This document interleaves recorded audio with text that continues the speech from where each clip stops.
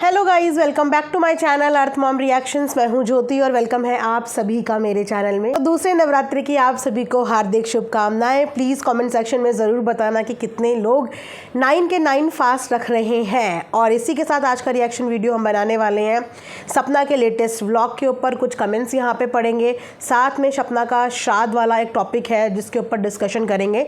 Video को and तक आप लोगों को ज़रूर देखना है और साथ में ये भी बताना है कि वीडियो कैसा लगा।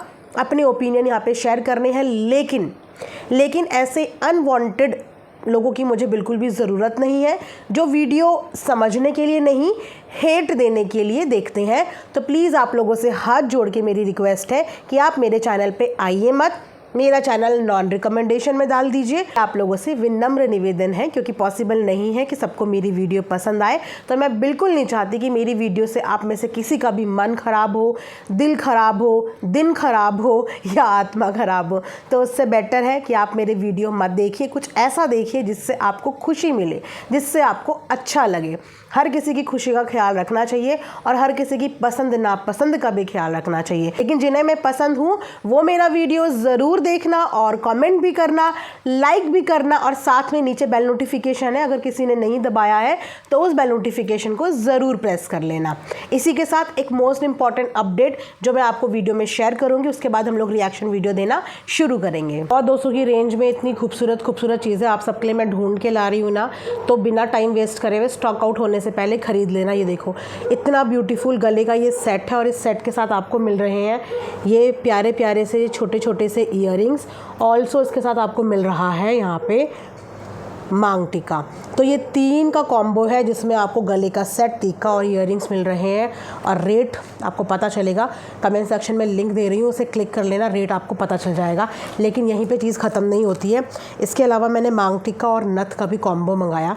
ये देखिए कितना खूबसूरत ये मांग टीका इसके साथ आया है और टीके के साथ आपको मिल रही है नथ। तो करवा चौथ के लिए ये बेस्ट डील है, नथ और मांग टीका। और इसका भी रेट जब आप देखेंगे तो दिल खुश हो जाएगा। तो जल्दी से जाइए, कम्युनिटी में मैंने लिंक ऑलरेडी शेयर किया हुआ है, कमेंट सेक्शन में पिन कर दूंगी। ये मांग टीका और नथ का कॉम्बो प्लस ये गले का सेट और ईयरिंग्स का आप ले लेना। हाँ जी गाइस, तो अगर आप लोगों ने भी इस सेल का फ़ायदा नहीं उठाया है तो जल्दी जल्दी फ़ायदा उठा लीजिए। तो शुरू करते हैं सबसे पहले हम लोग सपना के व्लॉग से। सपना ने अपने व्लॉग में थोड़ा सा हमें श्राद्ध के बारे में चीज़ें दिखाई कि सपना ने अपनी जो सास है उनकी बात का कहीं ना कहीं यहाँ पे मान रखा है। हालांकि सपना के इस डिसीज़न के बाद मिक्स्ड कमेंट्स हैं। कुछ लोगों को ये चीज़ अच्छी लगी और कुछ लोगों को ये चीज़ अच्छी नहीं भी लगी, क्योंकि जिस समय पे आंटी जी ने अपना ये बात बोली थी उस समय पे भी रेशो जो था वो 50-50% था। कुछ लोग चाहते थे कि जो सपना है वो अपनी ससुराल का जो कल्चर है उस चीज़ को फॉलो करे, बट उसमें से बहुत सारे ऑडियंस ये भी चाहती थी कि नहीं, सपना को अपने पति का श्राद्ध करना चाहिए, उसको जैसा मन करे, उसका जैसा दिल करे, उसको अपने पितरों को वो दान पुण्य का काम करना चाहिए। अब उसके बाद जब सपना का व्लॉग आया, सबसे पहले तो सपना की हेल्थ कंडीशन थोड़ी सी प्रॉब्लमेटिक चल रही है। इनफैक्ट सपना की हेल्थ में अप एंड डाउन्स चलते रहते हैं। हॉस्पिटल से उसकी कहते ना एक गहरा कनेक्शन हो गया है। जब से उसकी लाइफ में ये सारी ट्रेजेडीज़ हुई हैं तब से हॉस्पिटल के साथ उसका गहरा कनेक्शन हो गया है कि उसको वहाँ पे आना जाना पड़ता है। ईश्वर ताकत दे उसको, इतनी शक्ति दे कि उसकी हेल्थ सही रहे ताकि अपने बच्चों का लालन पालन कर पाए। एक माँ जब सही रहती है वो तभी अपने बच्चों की अच्छे से परवरिश कर पाती है। माँ ही खुद बीमार हो जाए तो बच्चे ना बिल्कुल बिखर जाते हैं। इस चीज़ का एग्जाम्पल आप लोग अपने साथ भी ले सकते हो कि मान लो कभी अगर हमें एक दिन का फीवर आ गया तो हमारे घर की स्थिति एकदम डामाडोल हो जाती है। बच्चों का समझ नहीं आता, बच्चों की ढंग से केयर नहीं हो पाती, बच्चों का स्कूल सब कुछ डिस्टर्ब हो जाता है, सब कुछ डिस्टर्ब हो जाता है। वहीं पे अगर घर का लेडीज़ के अलावा और कोई जना बीमार हो तो घर का बैलेंस चलता रहता है। मतलब ये होता है औरत और आदमी में फ़र्क। इसीलिए सपना की दोनों बच्चियों के लिए सबसे इम्पॉर्टेंट है कि उनकी माँ हमेशा सही सलामत हष्ट पुष्ट रहे। ठीक है, अभी किसी की ज़िंदगी ना इतनी कॉम्प्लिकेटेड हो जाती है कि अगर वो कोई चीज़ किसी की माने वो तब बुरा, अगर वो कोई चीज़ नहीं माने तो वो तब बुरा। अगर सपना ने अपनी सास की बात मान के सोशल मीडिया पे यही बोला ना सबको कि मैंने उनकी बात मानी, मैंने श्राद्ध नहीं किया, तो अच्छा बनने की कोशिश कर रही है। लेकिन अगर सपना उनकी बात को इग्नोर करके डाल देती कि मैंने श्राद्ध किया तो बड़ों की इज्जत नहीं रखी, बड़ों का मान नहीं रखा, क्या फ़ायदा क्या, ये तो सपना ने बहुत सटीक बात बोली। ये जो चीज़ करने से किसी इंसान के आंसू बह रहे हो, क्योंकि पूजा पाठ ये चीज़ें ना सामने वाले को भी तब लगती हैं जब उस चीज़ को हंसी खुशी एक मन एक चित्त के साथ किया जाता है। लेकिन जब परिवार में कोई चीज़ आप कर रहे हो और किसी का मुंह इस तरफ है किसी का मुंह इस तरफ है, मतलब खुशी नहीं है, तो वो चीज़ भी लगती नहीं है। कल मैंने ना पितरों से रिलेटेड एक स्टोरी पढ़ी, मेरे रिकमेंडेशन में आई, तो मैंने कहा चलो एक स्टोरी पढ़ते हैं। तो उस स्टोरी में ये बताया गया था कि हमारे जो पितृ होते हैं ना, और जब वो श्राद्धों के टाइम पे पितृपक्ष के टाइम पे आते हैं, तो वैसे तो परंपराएं बहुत तरीके की बनी हैं, लेकिन एक साधारण भाषा में ये होता है कि वो हमारे पास आते हैं और उस समय पे हमें उनका उसी तरीके से दिल खोल के स्वागत करना चाहिए जिस तरीके से जब हमारे घर में कोई मेहमान आता है। बहुत समय के बाद जब कोई मेहमान हमारे घर में आता है, जो खुशी से स्वागत, जो अच्छी अच्छी चीज़ें हम उनके लिए करते हैं, वही चीज़ें हमें उस समय पे अपने पितरों के लिए करनी चाहिए, क्योंकि वो एक आस में बैठे होते हैं। और जब तक आप अपने पितरों को ये पितृ दान नहीं देते हो, तब तक वो ना इंतज़ार में रहते हैं कि मेरा नंबर कब आएगा। जैसे कि हर किसी की तिथि निकलती है ना, इस दिन इनका श्राद्ध है, इस दिन इनका श्राद्ध है, और जिनको तिथियाँ नहीं पता होती वो लास्ट वाले दिन एक साथ कर लेते हैं। तो हर पितृ ना इस आस में बैठा होता है कि आज मुझे मेरे घर वाले बुलाएंगे, आज मेरे घर वाले मेरे को स्पेशल फील कराएंगे, आज मेरे लिए अच्छा करेंगे। तो वो लोग भी ना एक उम्मीद में बैठे होते हैं, एक आस में बैठे होते हैं। अब चाहे आप उसमें उनका दिल खोल के आप का मन जो करे आप वो करें, वरना जिसकी क्षमता नहीं है उसके हिसाब से हर तरीके की चीज़ें हैं, बस वो एक आस में बैठे होते हैं। अब जब पितृपक्ष ख़त्म हो जाते हैं और वो वापस जाते हैं, तो वहाँ पर भी एक भगवान बैठे होते हैं, मैं उनका नाम याद नहीं आ रहा, जो वहाँ पे बैठ के ना जब पितृ वापस आते हैं तो वो उनसे पूछते हैं, अच्छा तुम्हारे घर वालों ने तुम्हारे लिए क्या किया, अच्छा तुम्हारी फैमिली ने तुम्हारे लिए क्या किया। तो वहाँ पे वो बताते हैं, फिर अंदर वापस जाते हैं, तो वो हर किसी से पूछते हैं। तो वो पितृ बहुत खुश होकर, जिनकी फैमिली ने बहुत अच्छे तरीके से किया होता है, वो बताते हैं। और उनमें से कुछ ऐसे पितृ भी होते हैं जिनकी फैमिली ने उनका श्राद्ध नहीं किया होता किसी भी रीज़न की वजह से, तो वो बहुत दुखी होते हैं, वो बहुत नाराज़ होते हैं। मतलब एक ना आत्मा उनकी थोड़ी सी तड़पती है जब वो बाकियों को देखते हैं कि इनके परिवार वालों ने इनके इतने अच्छे से श्राद्ध करा, इनका वो किया। तो ये कहानी मैं पढ़ रही थी, तो बहुत सारी चीज़ें होती हैं जिससे हर दिन कुछ ना कुछ हमें सीखने को मिलता है। अभी तो हम अपने आप को भी नादान ही समझते हैं कि इतनी सारी चीज़ें हमें नहीं पता। जितना हम समझ पाते हैं, सीख पाते हैं, उसके अनुसार हम करते हैं। तो सपना ने खैर अपनी सास की बात रखते हुए उसने अपने दादा दादी जी का किया, जितना उसकी सूझबूझ बोली, जितना वो समझती है, जितना वो कर पाई, उतना उसने वो सब चीज़ें करी। लेकिन उसके बाद भी उसके कमेंट सेक्शन में एक कमेंट है, किसका है क्या है कुछ पता नहीं है, लेकिन हाँ एक कमेंट है। क्योंकि ये कमेंट मैं इसीलिए पढ़ रही हूँ क्योंकि इस कमेंट पे 92 लाइक्स हैं, काइंड ऑफ थोड़ा सा वायरल कमेंट है। जिस कमेंट पे रिप्लाईज ज़्यादा हो जाते हैं या लाइक ज़्यादा हो जाते हैं, तो वो कमेंट अपने आप टॉप कमेंट्स में दिखने लग जाता है, ढूंढने की आवश्यकता नहीं पड़ती।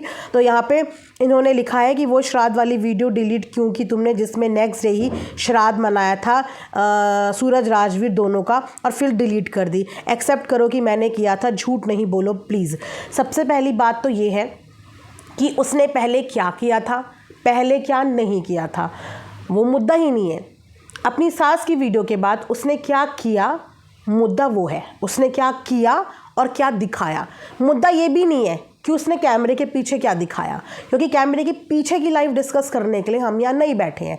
मुद्दा ये है कि उसने सोशल मीडिया पे क्या दिखाया, और सोशल मीडिया पे शांति बनाए रखने के लिए उसने यही दिखाया और यही बताया कि मैंने नहीं किया, मैंने नहीं किया। ये सारा कुछ सोशल मीडिया पे जो काम है वो एक स्क्रीन का ही तो काम है। इस स्क्रीन पे आप कितना दिखा रहे हो, कितना नहीं दिखा रहे हो। ऑफ कैमरा आपकी लाइफ कैसी है, आप 24/7 कैसी ज़िंदगी जीते हो, वो थोड़ी कोई भी क्रिएटर अपनी दिखाता है। कितना दिखाता है, मुश्किल से अपनी ज़िंदगी के 15-20 मिनट, वो मिनट भी जो थोड़े से आज के होंगे, थोड़े से कल के होंगे, और एक परफेक्ट सा पिक्चर हमारे सामने प्रेजेंट कर देता है, राइट। तो उनकी जो सास है, उन्होंने भी वही 20 मिनट्स की प्रेजेंटेशन में एक रिक्वेस्ट करी, और उस प्रेजेंटेशन की रिक्वेस्ट को सपना ने भी अपने व्लॉग में एक्सेप्टेंस देके उसको आगे रिज्यूम किया, क्योंकि उसको बात नहीं बढ़ानी थी ऑन सोशल मीडिया। मान लो कि अगर उसने किया भी है, तो भी कोई क्वेश्चन उठाने वाला कुछ नहीं यहाँ पे होता, क्योंकि आप उसके घर पे जाके वो देख के नहीं आ रहे हो, ठीक है। और अगर उसने नहीं किया है तो भी क्वेश्चन उठाने वाले आप कोई नहीं होते, क्योंकि वो उसके पितर हैं, वो उसके पितर हैं और ये उसका राइट है कि वो उनको किस तरीके से विदाई देना चाहती है। वो देना चाहती है, वो देना नहीं चाहती है, वो उसका लुकआउट है, वो अपने हिसाब से कर लेगी। लेकिन क्योंकि सोशल मीडिया पे आंटी रोती हुई हाथ जोड़ते हुए आई तो उसने वो चीज़ नहीं करी और इस बात का मान रखा। तो ये जो चीज़ें करने आते हो ना, मतलब कभी कहीं तो खुश हो जाया करो, किसी एक एक्टिविटी में तो खुश हो जाया करो कि सामने वाले ने वाइट फ्लैग दिखा दिया, दैट मीन्स शांति का प्रतीक दिखा दिया। आंटी की बात को वो चाहती तो यहाँ पे जिद में करती, वीडियो दिखाती, उसको कोई रोक पाता नहीं। लेकिन इससे क्या होता, थोड़ी सी कंट्रोवर्सी और बढ़ जाती, 4 बातें इस पे और बनने लग जाती। आंटी को एक बार और बोलने का मौका मिल जाता कि मैंने मना किया था, इसने फिर भी ये किया।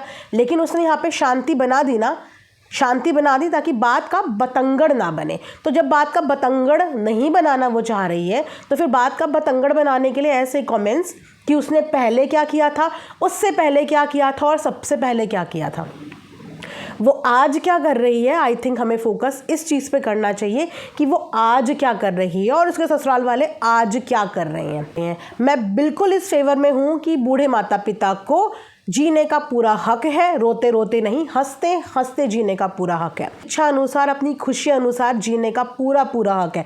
बट मैं इस फेवर में भी हूँ कि एक बीवी जिसके पति इस दुनिया से चले गए हैं उसको भी बराबर जीने का अधिकार है, बराबर जीने का अधिकार, क्योंकि उसको जीना है अपने 2 बच्चों के लिए। अगर उसकी ज़िंदगी ख़राब करके आप ये दिखाओ सिंपैथी कि आप उसके बच्चों से प्यार करते हो, तो आप उसके बच्चों से कैसे प्यार करते हो, क्योंकि माँ को तो आप ख़त्म ही करना चाह रहे हो।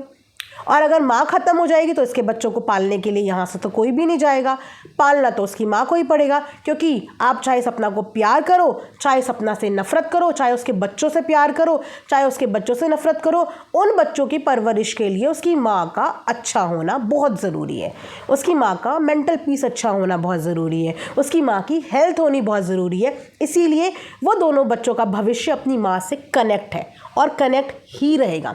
इसीलिए माता पिता को भी उनकी ज़िंदगी खुशी खुशी जीने दो और सपना को भी उसकी ज़िंदगी उसके बच्चों के लिए खुशी खुशी जीने दो। तो ये कोई मुद्दा ही नहीं है कि श्राद्ध किया या श्राद्ध नहीं किया, वो करेगी तो भी अपने पितरों के लिए करेगी, वो नहीं करेगी तो भी अपने पितरों के लिए नहीं करेगी। वो उसकी अपनी खुद की मर्जी है, पर सोशल मीडिया पे उसने यहाँ पे शांति दे दी।